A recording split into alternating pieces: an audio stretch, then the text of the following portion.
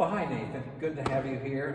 Hey everybody, this is Nathan, and he is the artist who's put together our tables and also our bowl for communion, or not for communion, for baptism. So, Nathan, first tell us a little bit how we found you. Tanya got a hold of you, and you live in Washington or in Oregon?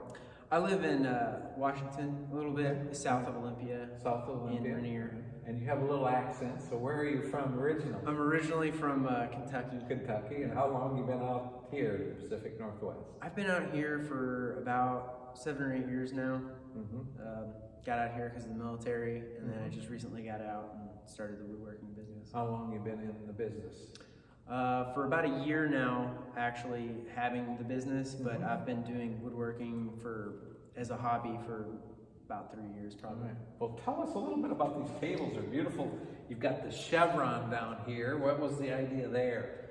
Well, so the idea with the chevron was to maintain a consistent theme with the church itself. The two windows, and yeah. the windows I thought were a really cool piece of the church. I thought that was a really cool design piece in the building itself, so I wanted to do something that would kind of tie in with that. Yeah, so you came in and kind of checked out our building, kind of got a feel for it, and then put these together.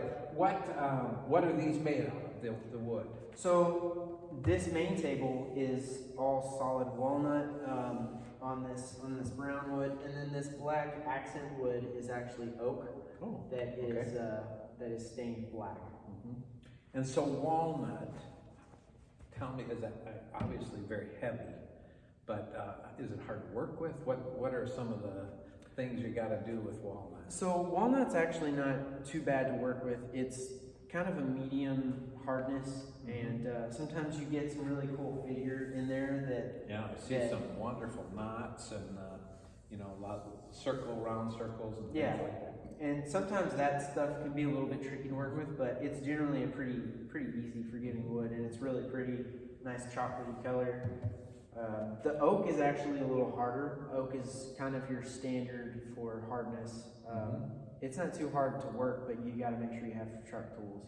Sharp tools. But and most of this is done with a machine or by hand, or most of this was done by hand.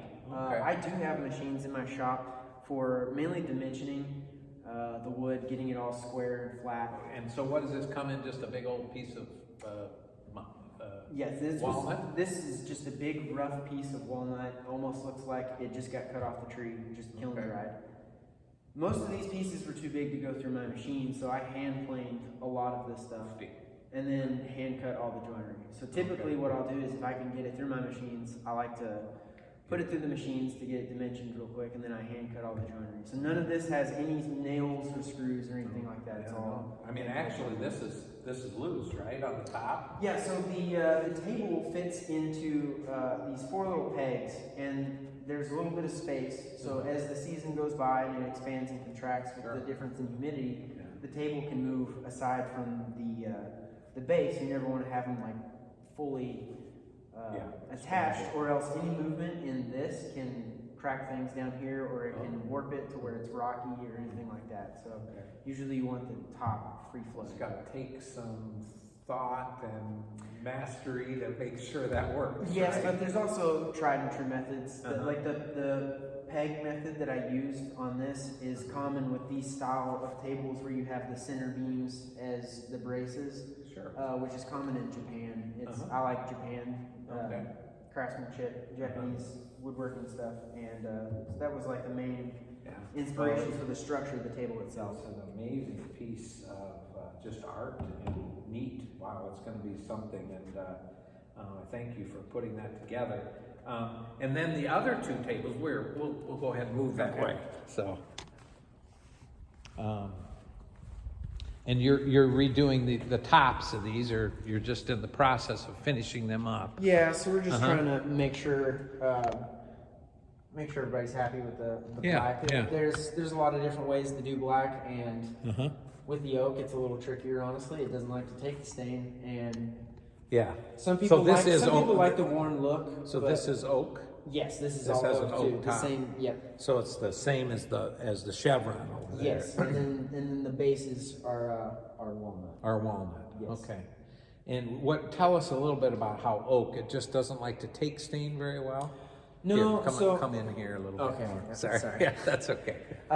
So the oak actually, it's not the best thing for staining, and I'm not a big stainer. I like to keep wood natural, and but we wanted to go with black because we were, keeping the Trying to standard match thing. that, that chevron. So I decided that I wanted to stain it black instead of painting it to try to keep the grain visible. Totally. At least, because painting usually will cover up the grain a lot more. Yeah. So the first take didn't really, it was kind of weathered looking almost, where it was blotchy. And I decided to leave that and see what y'all guys thought, because sometimes people like that weathered look.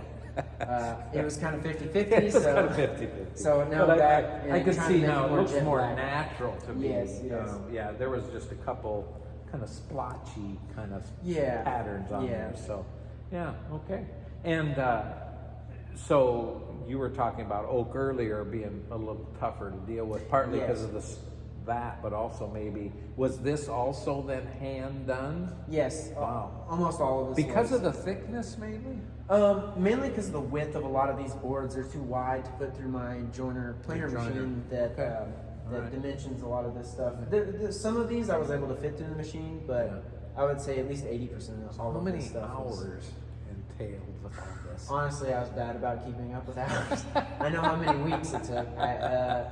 It took, I want to say about 9 or 10 weeks, and 9 I or was 10 shooting weeks. for 8 weeks at the most. But this was the first time I did a big project. Yeah, like this a is one massive of your project big, like this. big Yes, projects, yeah, so, wow. 3 big tables like this is Yeah.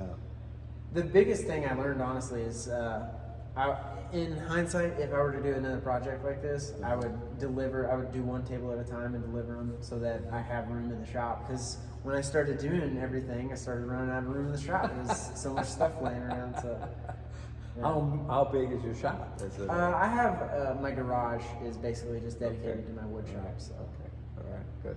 Well, then let's go out and take a look at the bowl. okay. I mean here, I'll bring this with us. You guys get to come right with us here. Still in progress, putting on the last finish. Yeah. I'll show them this one too.